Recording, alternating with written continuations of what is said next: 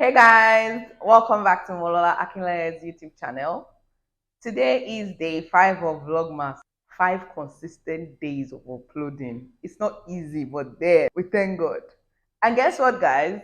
We have hit 100 subscribers. Hey, hey, hey. Like, I'm super excited. Finally, I have hit 100 subscribers. Thank you so much, guys, for watching, for liking, for all your comments, for subscribing, and thank you for sharing at all times.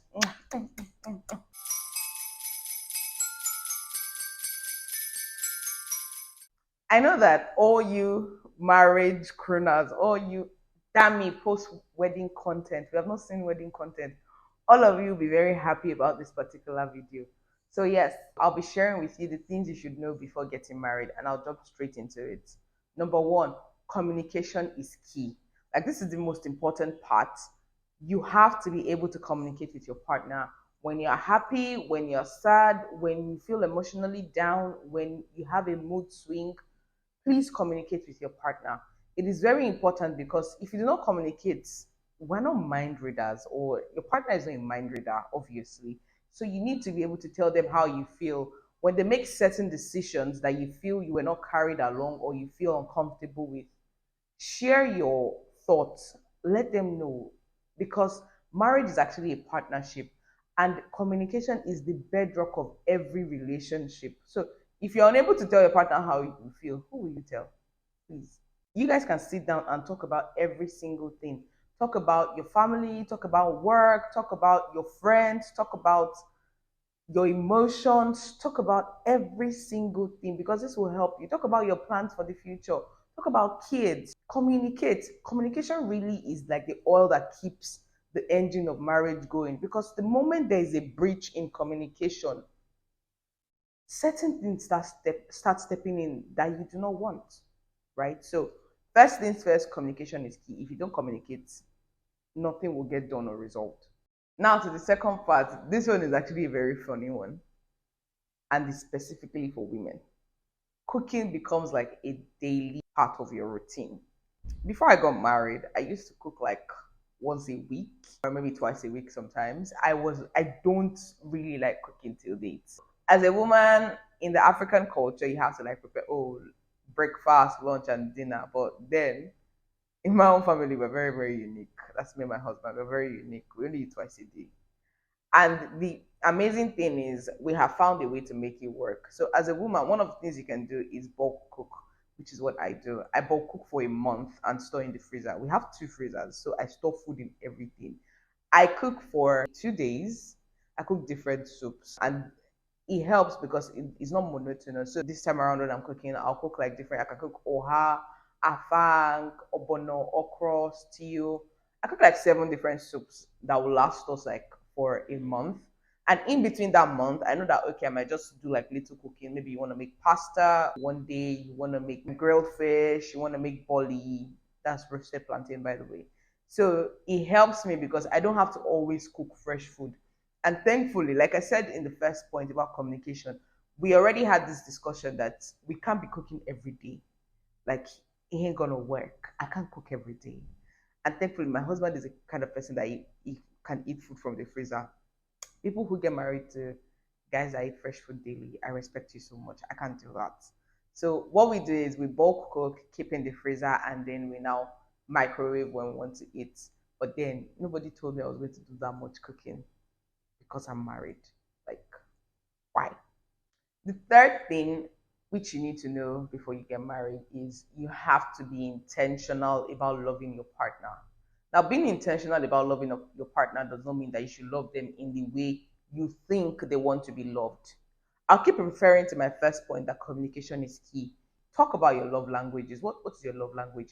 Your partner's love language cannot be gifts and then you are doing acts of service to your partner. They are probably going to feel like, oh, this person doesn't love me. Meanwhile, you're loving them in the way you think they want to be loved, and that's not their own particular way. For reference, my own love language is words of affirmation. So at least every week, my husband makes sure to let me know what I'm doing right and affirm his love to me with words. It could be written, it could be spoken. I don't care as long as you tell me. That's my own preferred love language. Imagine if my love language is words of affirmation and is buying me gifts every week.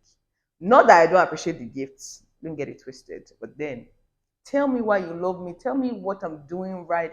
Take over me, woo, serenade me, sing sweet songs in my ear.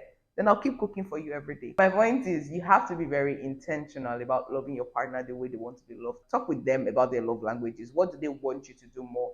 What do you want them to do less?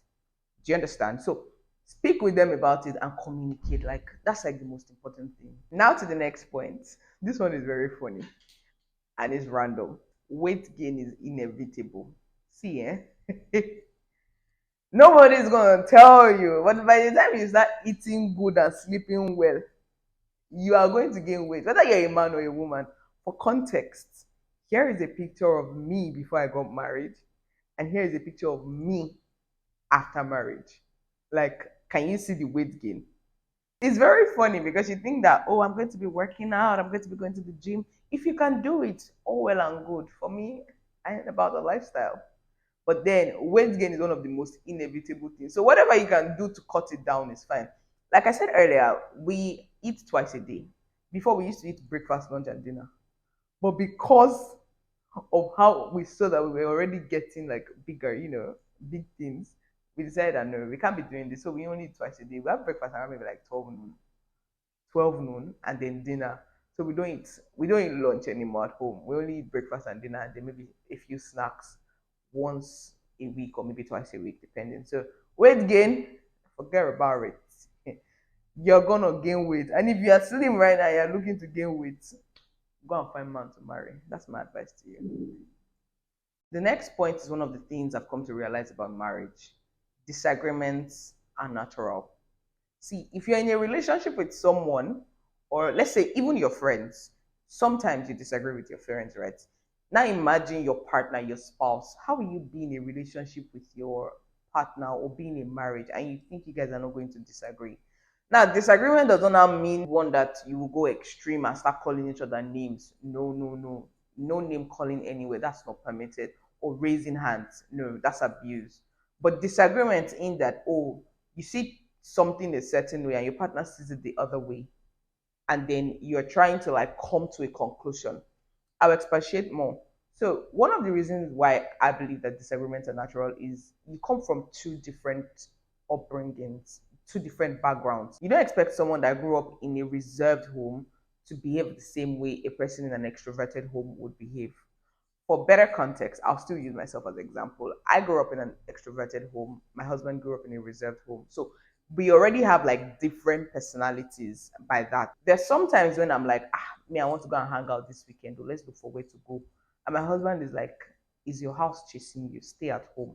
And I'm like, but I need to go outside to go and recharge. He needs to stay inside to recharge.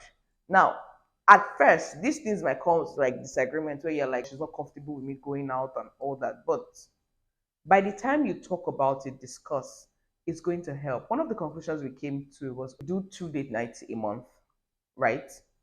Which I need to remind this man that we haven't done date nights this last month in November. He's owing me 2 date nights. So that means I get to have 4 this month, right? Yeah. I'll take this up with you.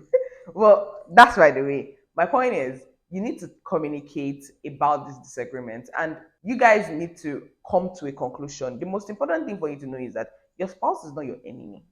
Like, fam, your spouse is your partner for life.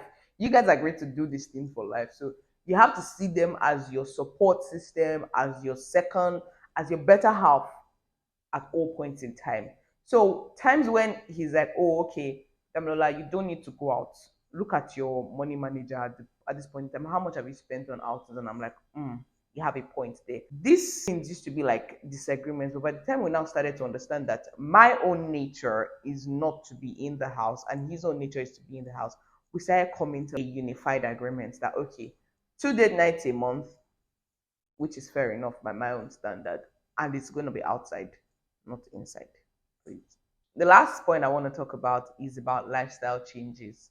Your lifestyle is going to change in some way. you cannot expect to do the same things you were doing while you were single. So, say for instance, when you were single, you could go out, come back by 11 p.m., 12 a.m., and no one questions you about it. Or you have to be understanding of the fact that your husband is in the house, your wife is in the house. Why will you be staying out till 12 a.m.? Except in situations where it's absolutely necessary and you have communicated that earlier. You're going to have to make amendments to your lifestyle. I can't stay out late anymore because I have to be conscious of the fact that I am coming home to meet my spouse. One lifestyle change that is very peculiar to me is having to adjust to my extroverted habits. So before now, before getting married, I could go out like 4 weekends in a month. But now I have to make concessions because my husband is a reserved person, so he likes to stay indoors more. So why would I now decide that because I have been going out 4 times a month previously, I still have to go out 4 times and now unconsciously drag him out? The concession he has made on his part is that, oh, twice a month he has to go out with me and it's not inside. And the concession I have made is we can as well do date night at home. We can order in, watch Netflix, drink some wine, and have our cozy time at home. So from 4 weekends in a month when I was single, now I go out maybe like 2 weekends in a month. And sometimes I still do my 4 weekends in a month. Oh, I carry the car key. Oh, I have to do something. Or maybe if I have like back to back stuff to do. And sometimes I'll tell him, you have no choice. You're following me to this one. Those are like lifestyle changes we have had to make, as well as me having to adjust to cooking a lot more than I was when I was single. Those are the major things I think you need to know before you get married. What other things do you think I need to know even while I'm married? You can share with me in the comment section. Please leave a like and also subscribe to my channel. Thank you so much for watching, and I'll see you tomorrow in day 6 of Vlogmas. Thank you guys. Bye.